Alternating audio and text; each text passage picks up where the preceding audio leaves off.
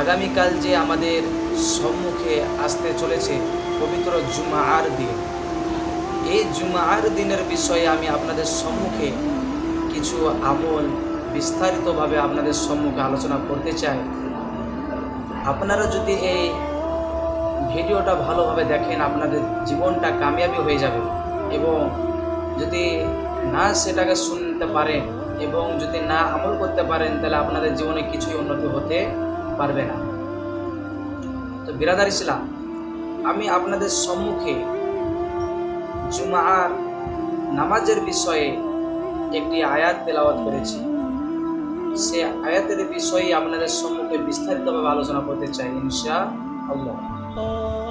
চলো, আমরা জানি যে পবিত্র জুমার দিনে আল্লাহ তাআলা আদম আলাইহিস সালাতু ওয়াস সালামকে সৃষ্টি করেছেন এবং এই জুমার দিনেই দুনিয়াটাকে সৃষ্টি করেছেন। এবং আল্লাহ তাআলা নিজে মুখে বলেছেন, এই জুমার দিনেই আমি আল্লাহ এই দুনিয়াটাকে পুরোটাই আবার ধ্বংস করে দেব, শেষ করে দেব। এখান থেকেই এই জুমার দিনেই কিয়ামতটা শুরু হয়ে যাবে। তো বাবজি আমার সোনা লালেরা, আমি আপনাদের সম্মুখে এই জুমার দিনেরই বিস্তারিত কিছু কথা আপনাদের সম্মুখে আমি আলোচনা করতে চাই। তিনটি আমল কি? আল্লাহ রাসূল সাল্লাল্লাহু আলাইহি সাল্লাম নিজে মুখে বলেছেন যে, ওগো আমার সাহাবারা, ওগো আমার উম্মতিরা শুনে নাও, এই যে পবিত্র জুমার দিনে কেউ যদি তিনটি আমল যদি দিল থেকে বিশ্বাস করে ইয়াকিন করে আল্লাহকে যদি রাজি খুশি করার জন্য করতে পারে, আল্লাহ রাসূল সাল্লাল্লাহু আলাইহি সাল্লাম বলেছে তার জন্য কামিয়াবি হয়ে যাবে। কি কামিয়াবি? আল্লাহ তাআলা বলেছেন সেই ব্যক্তি বিনা হিসাবে হাসতে হাসতে কিয়ামতের মাঠে জান্নাত চলে যাবে এবং আল্লাহ রাসূল সাল্লাল্লাহু আলাইহি সাল্লামের আরশের ছায়ার তলে সেই ব্যক্তি জায়গা পাবে। কোন দিনটায়? যেই দিন আপনার আমার মাথার ওপরে 7 হাত ওপরে সূর্যটা চলে আসবে, সেই দিন কিয়ামতের মাঠে আল্লাহ রাসূল সাল্লাল্লাহু আলাইহি সাল্লামের সাথে আপনি পাশে দাঁড়িয়ে আরশের ছায়ার তলে দাঁড়িয়ে থাকতে পারবেন। চলুন, কি আমল আমরা শুনবো, সকলে আমল করব বলে ইনশাআল্লাহ। আমি আপনাদের সম্মুখে এই পাপী জবান নিয়ে আমি যতটুকু আপনাদের সম্মুখে পারছি, আপনাদের সম্মুখে আমি আপনাদের এই আমলগুলো আপনাদের সম্মুখে আমি তুলে ধরছি। তো বাবজি আমার সোনা লালেরা, কি আমল? আল্লাহ রাসূল সাল্লাল্লাহু আলাইহি সাল্লাম বলেছেন যে ফজরের সময় তোমরা কি করো? তোমরা দলে দলে গিয়ে মসজিদে তোমরা নামাজ কায়েম করো। নামাজ কায়েম করলে কি হবে? আল্লাহ রাসূল সাল্লাল্লাহু আলাইহি সাল্লাম বলেছেন জুমার দিনে, অর্থাৎ জুম্মার দিনটাকে বলা হয় বৃহস্পতিবারের সন্ধ্যার সময় থেকে নিয়ে শুক্রবারের সন্ধ্যার নামাজ পর্যন্ত, সেই দিনটাকে বলা হয় শুক্রবারের দিন, অর্থাৎ পবিত্র জুমার দিন। এই দিনটায় বৃহস্পতিবারের রাত পার হয়ে গিয়ে যে বান্দা ফজরের নামাজ কায়েম করবে জামাতের সাথে, আল্লাহ রাসূল সাল্লাল্লাহু আলাইহি সাল্লাম বলেছেন তার রুজিতে কোনোদিন বরকত হবে না।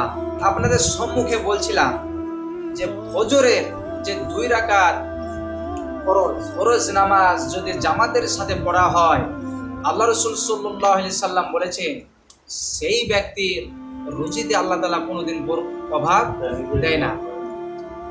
আর যে ব্যক্তি ফজরের 2 রাকাত ফরজ নামাজ ছেড়ে দেয়, আল্লাহ রাসূল সাল্লাল্লাহু আলাইহি সাল্লাম বলেছেন সেই ব্যক্তি যে দিনের বেলায় 500 কিংবা 1000 টাকা কামাই করত, সেই 500 টাকার মধ্যে থেকে অর্ধেক, অর্থাৎ তার অর্ধেক টাকা আল্লাহ রুজিটা মেরে দেয়। তো বাবজি আমার সোনা লালেরা, এই যে একটি আমল যে করবে এবং জুমার দিনে যে সূরা কাহাফ বেশি বেশি করে তেলাওয়াত করবে, আল্লাহ রাসূল সাল্লাল্লাহু আলাইহি সাল্লাম বলেছেন সেই ব্যক্তি কিয়ামতের মাঠে এই সূরা কাহাফ থেকে আল্লাহ তাআলা এই সূরা কাহাফের দ্বারাই তাকে আল্লাহ কিয়ামতের মাঠে পার করে দেবেন বলে সুবহানাল্লাহ। বাবজি আমার সোনা লালেরা, তাই আপনাদের সম্মুখে বলি আমি আপনাদের এই 3টি আমল আপনাদের সম্মুখে বিস্তারিতভাবে তুলেছি। 1 নম্বর আমল হলো ফজরের 2 রাকাত নামাজ জামাতের সহিত পড়া। আমরা সকলেই জামাতের সহিত 2 রাকাত ফরজ নামাজ পড়ার তো চেষ্টা করব বলে ইনশাআল্লাহ। তো বাবজি আমার সোনা লালেরা, এই যে 2 নম্বর আমলটা আপনাদের সম্মুখে বললাম, জুমার দিনে বেশি বেশি করে সূরা কাহাফ তেলাওয়াত করা। যে ব্যক্তি সূরা কাহাফ তেলাওয়াত করবে কিয়ামতের মাঠে এই সূরা কাহাফ তাকে জান্নাতে নিয়ে যাবে বলে সুবহানাল্লাহ। বাবজি আমার সোনা লালেরা, 3 নম্বর আমল আমরা সকলেই জানি যে জুমার দিনে আসরের পরে একটি দোয়া আছে। এই দোয়াটা কেউ যদি 80 বার আমল করে, আল্লাহুম্মা সল্লি আলা মুহাম্মাদিন নাবিয়িল উম্মি ওয়া আলা আলিহি ওয়া সাল্লিম তাসলিমা। এই দোয়াটা কেউ যদি ৮০ বার পাঠ করে, আল্লাহ রসুল সাল্লাল্লাহু আলাইহি সাল্লাম বলেছেন তার 1000 বছরকার পেছনের গুনাহ সব মাফ হয়ে যাবে এবং তার 1000 বছর পূর্বেকার নেকি, তার ভবিষ্যতে যে নেকিগুলো করবে, ভবিষ্যতের 1000 বছরের নেকি সে কামিয়াবি করবে, মানে তার আমল নামায় যোগদান করা হবে। বলি সুবহানাল্লাহ। তো বাপজি আমার সোনা লালেরা, আমরা সকলে জানি এখনকার মানুষ আমরা খুব জোর 60 থেকে 40 থেকে 50 বছর, আমাদের বেশি আও নেই। আল্লাহ রসুল সাল্লাল্লাহু আলাইহি সাল্লাম নিজে মুখে বলে গিয়েছে যে আমার উম্মাতিরা বেশি দিন দুনিয়ার মধ্যে বেঁচে থাকবে না।